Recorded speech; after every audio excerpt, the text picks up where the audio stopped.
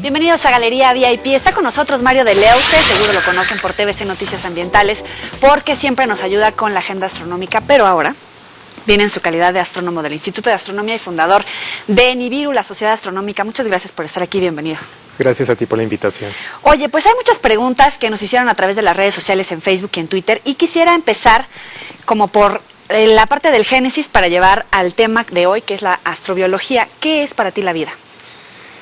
La vida, muy difícil definirlo, ha habido muchos científicos tratando de darle un significado, pero el común denominador, creo yo, de todo lo que es la vida es que es algo que está compuesto de miles de millones de moléculas. Y ya no podemos decir más. Y con base en eso es que ustedes comienzan el estudio a indagar esas preguntas sobre si existe vida más allá de los confines de la Tierra. ¿Y cómo podemos descubrirla? ¿Se ha descubierto en algún momento otro tipo? Ojalá. No, la verdad es que en verdad queremos descubrir todavía vida en otro lugar. Pero bueno, primero tenemos que analizar cómo se genera la vida en la Tierra para saber qué vamos a buscar en otros planetas y en otros lugares en la galaxia y en el universo, para entender si detectamos algún tipo de señal con las sondas que estamos mandando hacia otros lugares, precisamente qué es lo que estamos detectando, si a eso le podemos llamar vida, porque no necesariamente va a ser de tipo inteligente, sino muy seguramente va a ser de tipo microbiana o unicelular. ¿Ustedes qué consideran como inteligente? Inteligente, voy a usar una descripción que dio Carl Sagan, que es un tipo de vida que intenta comunicarse con otra que es completamente diferente a ella. Entonces, si esto es bajo esta definición, un gato o un perro podría ser vida inteligente porque intenta comunicar con nosotros, pero creo que es la más válida porque hasta el momento no conocemos otro tipo de vida, ni siquiera vida inteligente, entonces tenemos que adjudicar más o menos las descripciones que conocemos en nuestro planeta. ¿Cuáles son los elementos que están buscando, obviamente, y que pueden detectar ya en otros planetas? Bueno, se puede detectar con relativa facilidad el agua, carbono, oxígeno, nitrógeno, carbono en particular, pero sí estamos buscando unas más específicas. Por ejemplo, el metano es un biomarcador y ese es más difícil de detectar a largas distancias porque es una emisión muy débil y existiría muy poco comparado a otros elementos en una atmósfera de un planeta o en una estrella. Entonces, ese es considerado el biomarcador por excelencia, pero estaría en muy baja cantidad y necesitamos instrumentos cada vez más potentes para poderlo detectar. ¿Hay algún químico equiparable, por ejemplo, al agua, alcohol, etcétera, o carbono? El carbono sería uno que también nos daría evidencia de vida, por ejemplo. Pero ese existe también naturalmente en las atmósferas, en los planetas, entonces no nos garantiza que estemos nosotros observando algún biomarcador. Por eso el metano. Tú estuviste en la escuela de verano en astrofísica en el Vaticano, en Italia. Sí, cuéntanos de esa experiencia. Bueno, es una escuela que se genera desde el 82, cada 2 años, en el observatorio astronómico más antiguo en la Tierra, que es precisamente de jesuitas. Y entonces, cada 2 años hacen una temática o agarran una temática diferente y se hace una escuela con diferentes académicos de diferentes universidades a nivel del mundo que van a tratar sobre esa temática. Entonces, se le da preferencia a alumnado de países del tercer mundo, aunque también hay alumnos del primer mundo. Y entonces, todos nos reunimos durante un mes para tratar precisamente estas diferentes temáticas. A mí me tocó astrobiología en el 2005. ¿Porque ya era tu tema? No, por lo general son alumnos que están terminando la licenciatura, entonces que además tienen seguramente una continuación en el mundo de la astronomía, y entonces ven los perfiles y si el alumno cumple con el perfil y además le interesa el tema, entonces ingresa a la escuela. ¿Sí? Pero es de chile dulce y de manteca la escuela, le puede tocar a uno cualquiera de los temas. Fácil. No está fácil entrar, nada más son 20 lugares cada 2 años que se eligen precisamente. Ay, no más. Oye, como dato curioso para la bola de chismosos que somos todos, está en el castillo de Castel Gandolfo, donde ahora está hospedado nuestro Papa vitalicio Benedicto XVI. Cuéntanos un poco cómo es que los sacerdotes jesuitas tienen ese interés. Bueno, los jesuitas por lo general siempre son sacerdotes muy interesados en temas científicos. Y la rama que lleva a la astronomía, bueno, se ve principalmente en lo que es el Castillo de Castel Gandolfo y en la Universidad de Arizona, donde ellos son académicos. ¿Todos son sacerdotes y físicos o alguna especialidad? Todos que se encuentran en el Observatorio del Vaticano tienen alguna maestría o doctorado en teología, además de haber sido ordenados como sacerdotes, y al mismo tiempo una maestría o doctorado en alguna ciencia básica. En particular, ya sea geología, geofísica, astronomía o astrofísica. ¿Y qué avances tienen ellos en todas estas investigaciones? Ellos tienen ciertos avances, estudian mucho sobre evolución estelar, entonces van viendo el desarrollo de las estrellas. También tienen mucho de meteorítica, hacen muchos estudios de piezas de asteroides que logran impactar contra la Tierra, hacen estudios químicos sobre precisamente estos pedazos. Tienen un telescopio en Castel Gandolfo para poder hacer observaciones, sin embargo ya está muy contaminado con luz de los alrededores, y tienen uno segundo en la Universidad de Arizona, que es propio del Vaticano, que también usan para investigaciones y para sacar sus artículos de impacto científico. ¿Cuál es el interés justamente de la religión en todos estos temas? Es una pregunta curiosa, en particular a ellos siempre se les hace este tipo de preguntas. No es buscar necesariamente una cuestión divina en el cosmos, pero sí buscar cómo la creación del universo tiene que ver con cómo va evolucionando todo lo que existe y llegamos hasta el ser humano, y cómo entender y emparejar lo que se conoce en la ciencia y lo que dice la Biblia. Entonces, claro, es difícil emparejar como es el Génesis, que de pronto todo aparece, y la evidencia científica que se basa en 13.000 millones de años de evolución de la galaxia.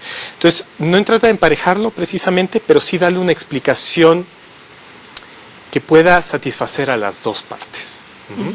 Y ese es el interés principal. A ver, corrígeme o amplíame la duda. Hay algunas teorías que señalan que la vida vino a través de un meteorito y llegó aquí. Esa es una de las dos teorías. La otra es que el mundo se creó en 7 días, por arte de magia. Ajá. ¿Cómo están combinando estas dos temáticas? Porque supongo que ya también lo están poniendo en entredicho. Sí. En el momento en el que le dan un espacio dentro del propio Vaticano a este estudio. Claro. ¿Cómo lo están negociando el jaloneo ahí? Bueno, la forma más fácil de negociar, lo que ellos mismos te lo dicen, es que la Biblia no se tiene que tomar al pie de la letra. Hay que dar espacio a interpretación, hay que considerar que es un documento que se escribió hace siglos, que ha pasado por varias manos y que pretende dar una visión de cómo se formó el mundo, una cosmogonía, pero no es la verdad absoluta. Por lo menos en esa parte de la Biblia. ¿Sí? No me voy a meter al resto de los libros de la Biblia, pero en la parte del Génesis. Y sí quieren enfocarse a que existe una base científica sobre cómo fue evolucionando todo el universo y el ser humano hasta nuestros días, y que no necesariamente están peleadas la religión y la ciencia. ¿Y en tu caso cómo lo ves? En mi caso, pues yo creo que hay que seguir a la ciencia. La evidencia es innegable, irrefutable de cómo se ha dado la evolución en el universo, cómo es que llegamos nosotros hasta acá, y que sí provenimos precisamente de los simios, ¿no? Pero que no hubiéramos llegado a este nivel de evolución tanto espiritual, científica, moral, posiblemente, si no hubiera existido religión en la evolución del ser humano. Marte, Titán, Europa, todos estos ejemplos de nuevos planetas también se ven reforzados con las teorías que han salido de la propia Iglesia, diciendo que efectivamente puede ser una de tantas teorías que se ejemplifiquen. Sin embargo, se derrumbaría 2000 años de historia, libros y libros castigados y confinados al infierno con estas teorías. Bueno, sí, definitivamente. Incluso Giordano Bruno, que fue alguien que propuso que existiría vida fuera de la Tierra, fue quemado por la Santa Inquisición. Y bueno, creo que va a llegar en algún momento el momento en que el Vaticano y la Iglesia Católica tenga que revisar algunas decisiones que tomaron en el pasado, en particular con estas posiciones sobre vida fuera de la Tierra y demás, porque yo estoy prácticamente seguro que la vamos a encontrar. Ahora, la Agencia Espacial Mexicana y la NASA acaban de firmar un convenio para que estudiantes mexicanos puedan hacer prácticas allá. ¿El hecho de que tú hubieras tenido esta práctica de alguna manera detonó tu crecimiento tan meteórico? Pues sí, definitivamente. Primero porque te llevan académicos de muy alto nivel, ¿no? Entonces tienes una escuela de 20 personas, tienes 3 o 4 académicos que están completamente dedicados a tu persona durante ese tiempo, y entonces te enfocan hacia dónde deberías dirigirte dado tus intereses en la astronomía y cuál es el camino a seguir para verdaderamente ser un astrónomo exitoso. O sea, Monseñor Bergoglio pudo en algún momento decir, la cosa va por acá. No necesariamente él, sino él, el sacerdote que es el director del Observatorio del Vaticano, pero bueno, de algún lado vienen pues todas las capacidades de que se pueda mantener el observatorio en ese lugar de Castel Gandolfo. Viene todo el dinero para seguir la investigación, y entonces el Papa debe ser rector de alguna de estas ejes para seguir con la investigación científica. Entonces, bueno, sí deben de tener alguna línea por ahí sobre el interés científico. ¿Cuál es el resultado más satisfactorio que tú obtuviste de tu estancia? Bueno, primero, como es internacional, conocer a muchas personas que además tenían un bagaje cultural muy distinto. Se hacen relaciones, amistades que durarán toda la vida, y que además se pudo dar este diálogo de ciencia y religión en un mismo lugar, sin importar el credo del resto de las personas y sin importar precisamente dónde estábamos, ¿no? Era un lugar abierto a discutir ciencia, y creo que eso es algo que a mí me quedó muy presente y que creo que se puede manejar el resto del tiempo para las personas que suelen diferir, que no es algo que se puede emparejar, ¿no? ¿La Agencia Espacial Mexicana tiene cabida en próximos momentos aquí en nuestro país? ¿Ves que vaya avanzando?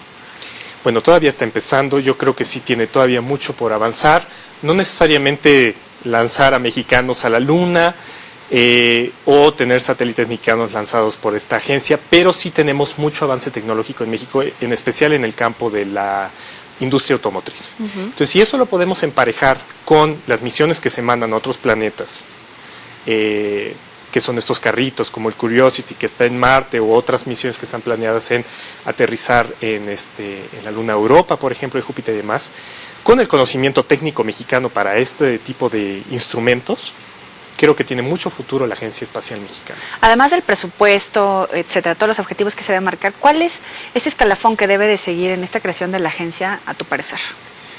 Bueno, primero debe de tener una reglamentación muy, muy sólida.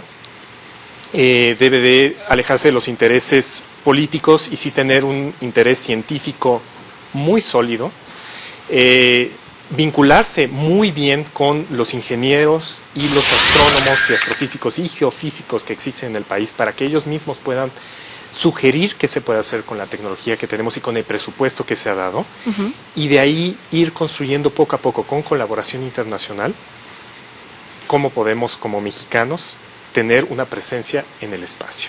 Además, presides la Fundación Nibiru y tienes debates de cine científico. ¿Dónde te puede seguir la gente para participar en alguna de las actividades? Bueno, nos pueden seguir a nuestra página de internet, que es www.nibiru.com.mx. También estamos en el Facebook y en el Twitter, @nibiruastro. ¿Y el personal?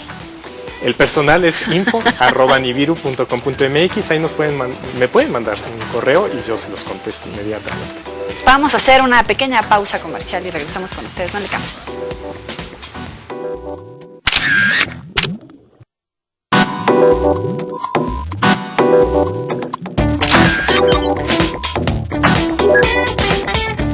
Algunos lo hacen muy rápido. A muchos les da orgullo decir que ya la hicieron. ¿Yo? Todavía la sigo haciendo. Unos lo hacen solos. Y otros lo hacemos en pareja. Yo prefiero hacerla con calmita. ¿Y tú? ¿Ya hiciste tu declaración anual? Preséntala ya por internet. Pagar impuestos nos conviene a todos. ¿Y tú? ¿Ya? SAT, Secretaría de Hacienda y Crédito Público, Gobierno de la República.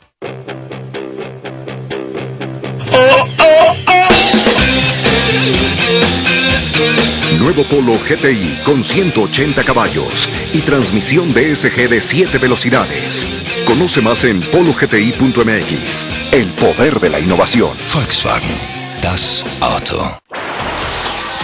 Distintos rostros en distintos puntos de nuestro país crean lo que entendemos como realidad.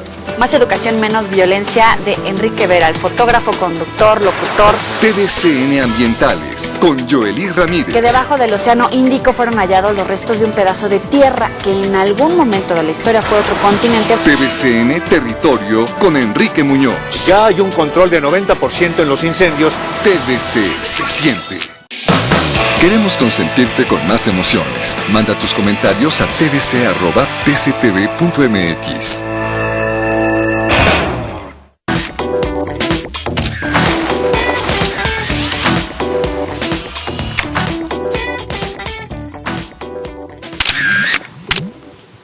Gracias por seguir con nosotros en esta entrevista con Mario de Leo. En el 2008 estuviste becado por la Escuela de Física Enrico Fermi en Varena, Italia, donde han estudiado algunos nobeles y aquí este caballero. ¿Por qué estudiar los cúmulos de galaxias? Bueno, los cúmulos de galaxias son uniones de decenas o cientos de galaxias que el aglomerado en sí son la cosa más masiva en el universo. ¿Por qué hay que estudiarlos? Porque seguramente este es en gran escala la evolución que siguen por lo regular todas las galaxias en el universo. En el universo debe haber 200.000 millones de galaxias. Y no viven solitas por ahí, no están flotando solitas, sino que tarde o temprano se van a encontrar una con la otra y van a empezar a interaccionar de forma gravitatoria y se van a ir uniendo y van generando otros tipos de galaxias. Y van a generar estos cúmulos. Entonces estos cúmulos nos permiten entender cómo es la evolución química del universo, la evolución de las galaxias y adicionalmente funcionan como lentes gravitatorios, que ese es mi tema de especialidad. Y justo así entraste al doctorado. Exactamente. Los lentes gravitatorios son telescopios naturales que suceden cuando existe suficiente masa en un espacio dado y que hacen que el espacio y el tiempo se doblen en esa región circundante. Y por lo tanto, todos los rayos de luz que pasen por ahí son doblados y deflectados al mismo tiempo.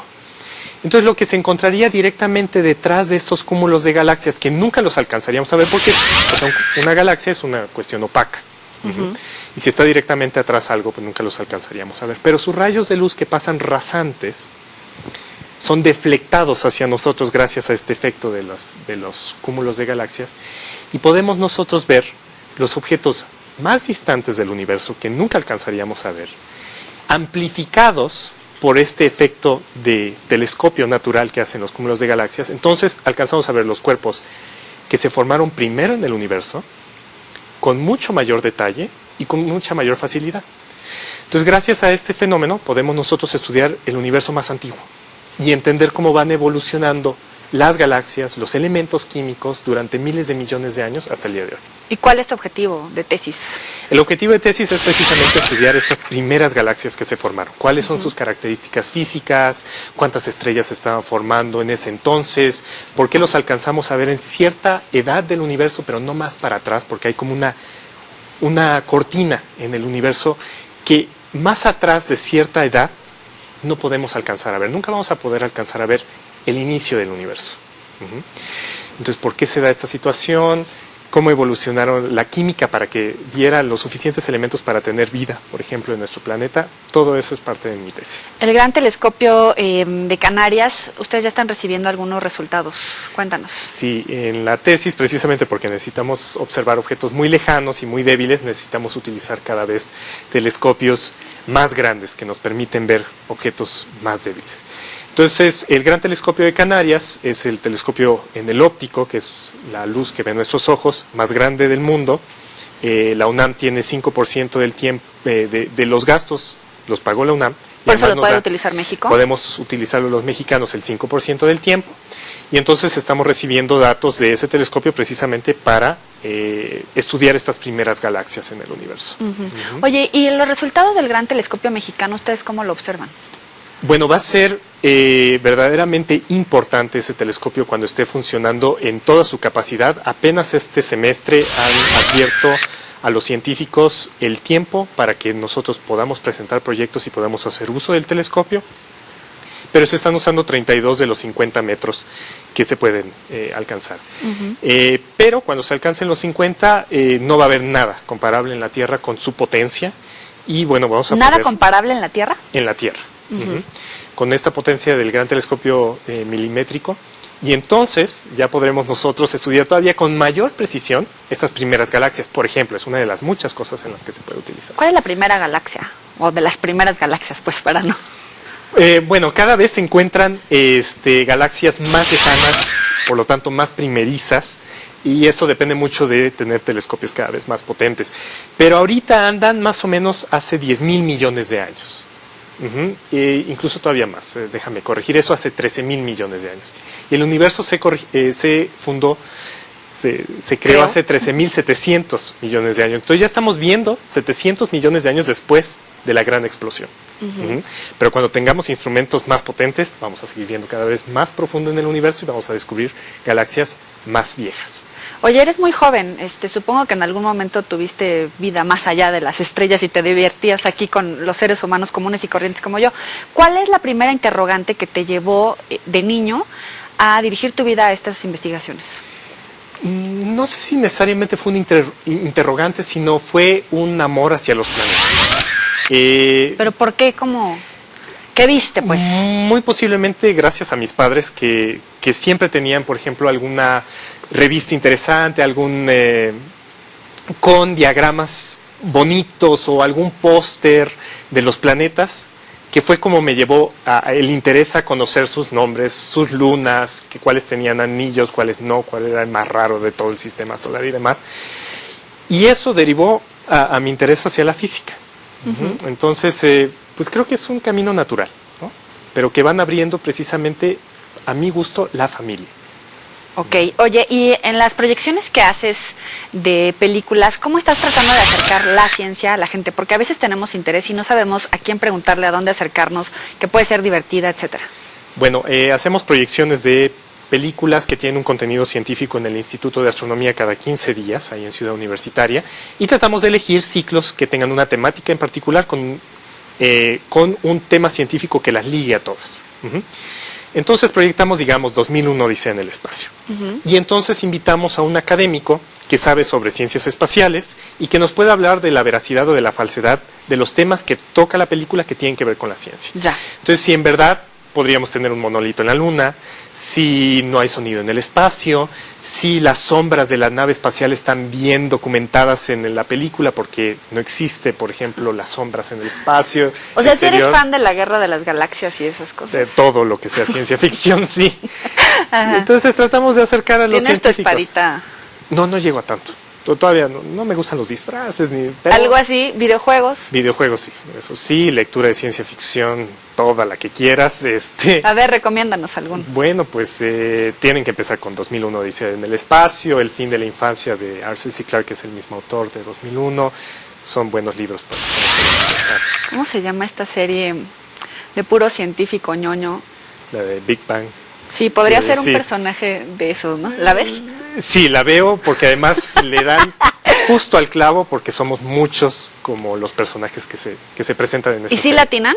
Sí, le atinan y además tienen ellos unos científicos que los asesoran para cada episodio. Entonces, no nada más lo que están tratando es real, lo que está atrás de los personajes principales, lo que se encuentran en los pizarrones y demás, son ecuaciones que hicieron científicos y que sí tienen una lógica.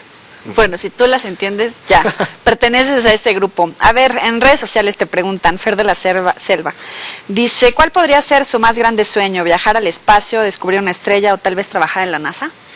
Definitivamente viajar al espacio, creo yo. ¿A dónde? Simplemente con salir de la atmósfera terrestre y poder ver lo que es todo nuestro planeta de una sola mirada, creo que con eso bastaría para mí.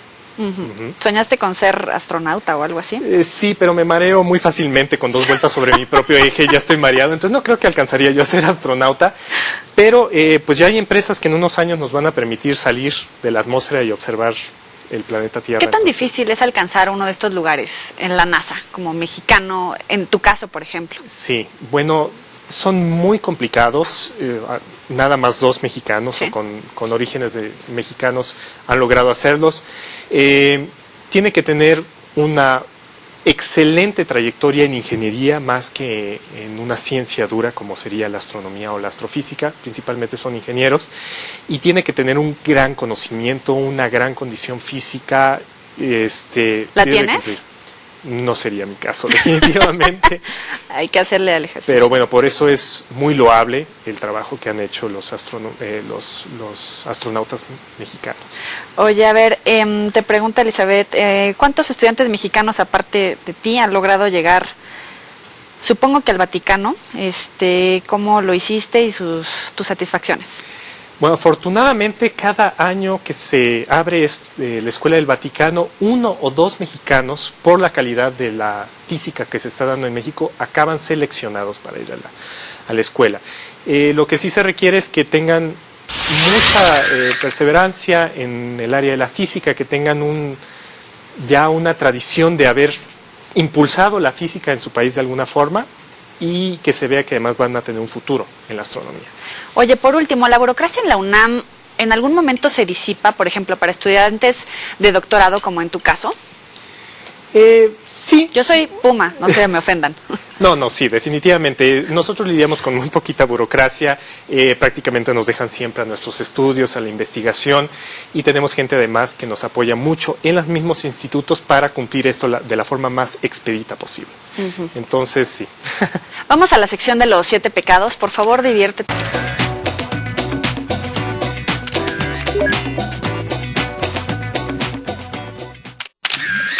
Yo sé que esto es algo muy terrenal. Ya estuviste en el Vaticano, seguro te lo sabes. Avaricia. Políticos. Envidia. A lo que llegan muchos científicos y creo que debemos de evitarlo. Ira. Algo que no sirve para nada. Gula. El pecado por el cual me voy yo al infierno. Seguro. Lujuria. El segundo pecado por el cual me iría yo al infierno. Pereza. Te falta uno, vamos. Pereza es muerte en vida, creo yo. Soberbia. También una parte en la que si llegamos los científicos a ella, toda nuestra investigación pierde sentido. ¿Cuál sería el legado que te gustaría dejar a la humanidad en tus estudios de astrobiología? Cualquier legado que tenga algún propósito y alguna utilidad para la humanidad. Mario de Leo, muchas gracias por estar aquí con nosotros en Galería VIP. Gracias a ti. Y no se lo pierdan en TVC Noticias Ambientales. Nos vemos la próxima. Pásala muy bien.